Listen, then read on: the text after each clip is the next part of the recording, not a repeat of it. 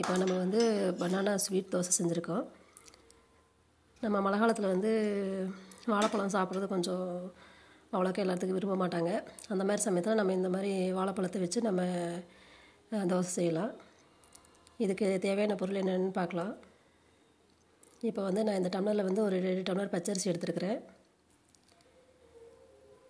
இதுக்கு வந்து ஒரு 1/4 டம்ளர் வந்து கடலைப்பருப்பு எடுத்துருக்கிறேன். இதை நம்ம நல்லா கழுவிட்டு ஒரு 1 மணி நேரம் 2 மணி நேரம் நல்லா ஊற வச்சுக்கலாம். இப்போ நல்லா பழுத்த வாழைப்பழம் எடுத்து வச்சுருக்கேன். முதல்ல வந்து நம்ம வந்து அரிசி நல்லா அரைச்சிக்கலாம்.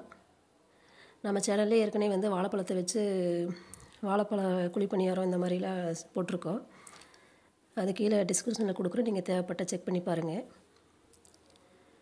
நம்ம வாழைப்பழம் சாப்பிடாத பசங்க எல்லாம் இந்த மாதிரி நம்ம வாழைப்பழத்தை செஞ்சு கொடுக்குறப்ப ரொம்ப விரும்பி சாப்பிட்டுக்குவாங்க.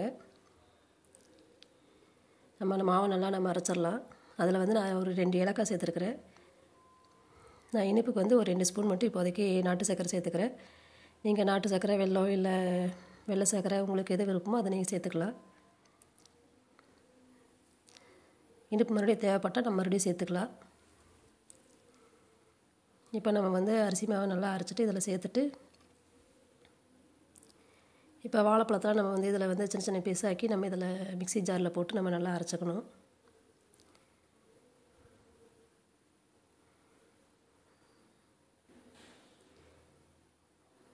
நம்ம சேனல் நீங்கள் இன்னும் சப்ஸ்கிரைப் பண்ணாமல் இருந்தால் பண்ணிக்கோங்க. நிறைய ஸ்நாக்ஸ் ரெசிபி, வீட்டில் செய்கிற சமையல் எல்லாமே நம்ம போட்டிருக்கோம். நீங்கள் சப்ஸ்கிரைப் பண்ணிங்கன்னா எங்களுக்கும் கொஞ்சம் யூஸ்ஃபுல்லாக இருக்கும், நிறைய வீடியோக்கள் மேலே போடுறதுக்கு. இப்போ நம்ம அரைச்ச வந்து இந்த வாழைப்பழத்தை வந்து நம்ம இதில் வந்து சேர்த்துக்கலாம்.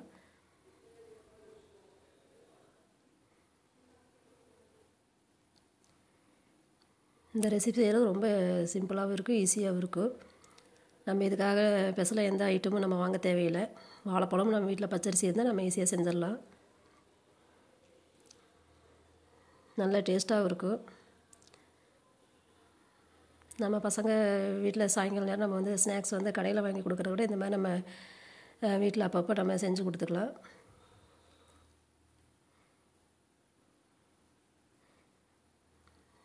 இப்போ நம்ம அந்த மிக்ஸி ஜாரை கழுவி நம்ம கொஞ்சம் தேவையான அளவு நம்ம இதில் தண்ணி சேர்த்துக்கலாம்.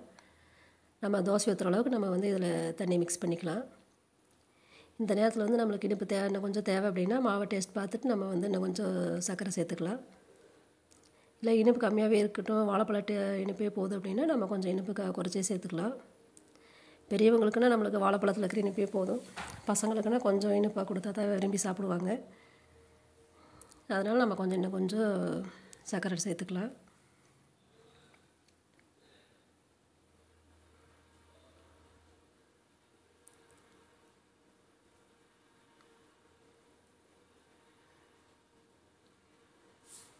இப்போ வந்து நம்ம வந்து கொஞ்சம் மொத்தமாக நம்ம ஊற்றிக்கணும். தோசைக்கல் கொஞ்சம் சூடு இருந்ததுக்கப்புறம் நம்ம வந்து மாவு இதில் ஒரு கரண்டி இல்லை 1.5 கரண்டி நம்ம கொஞ்சம் மொத்தமாக ஊற்றிட்டு நம்ம வந்து இதில் வந்து நம்ம நெய் தடவி செய்யலாம். நெய் இல்லை அப்படின்னா எண்ணெயிலும் செய்யலாம். ஆனால் நெய்யில் செய்கிறப்ப நம்மளுக்கு வந்து இன்னும் கொஞ்சம் நல்லா டேஸ்ட்டாக இருக்கும். நல்லா அது இந்த தோசை செய்கிறப்பே நம்மளுக்கு நல்லா வாசனையும் நல்லா டேஸ்ட்டாகவும் இருக்கும். நான் வந்து பிளேட்டுக்கு வந்து வாழையில இருந்து அதை கட் பண்ணி போட்டிருக்கிறேன். அதில் வைக்கிறப்ப அந்த சூட்டோட அந்த ஸ்மெல்லு, அந்த டேஸ்ட்டு ரொம்ப நல்லாயிருக்கும். இந்த மாதிரி வீட்டிலலாம் வாழையில இருந்தால் நீங்கள் இந்த மாதிரி வச்சு ட்ரை பண்ணி பாருங்கள்.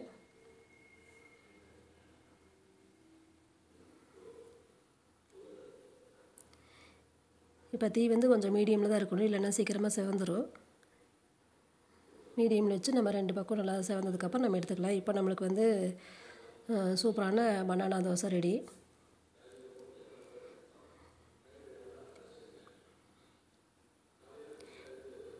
நீங்களும் இந்த மாதிரி மழை காலத்தில் வாழைப்பழம் சாப்பிடாமல் இருந்தாங்கன்னா இந்த மாதிரி நீங்கள் சூடாக செஞ்சு கொடுக்குறப்ப வந்து நல்லா டேஸ்ட்டாக இருக்கும்.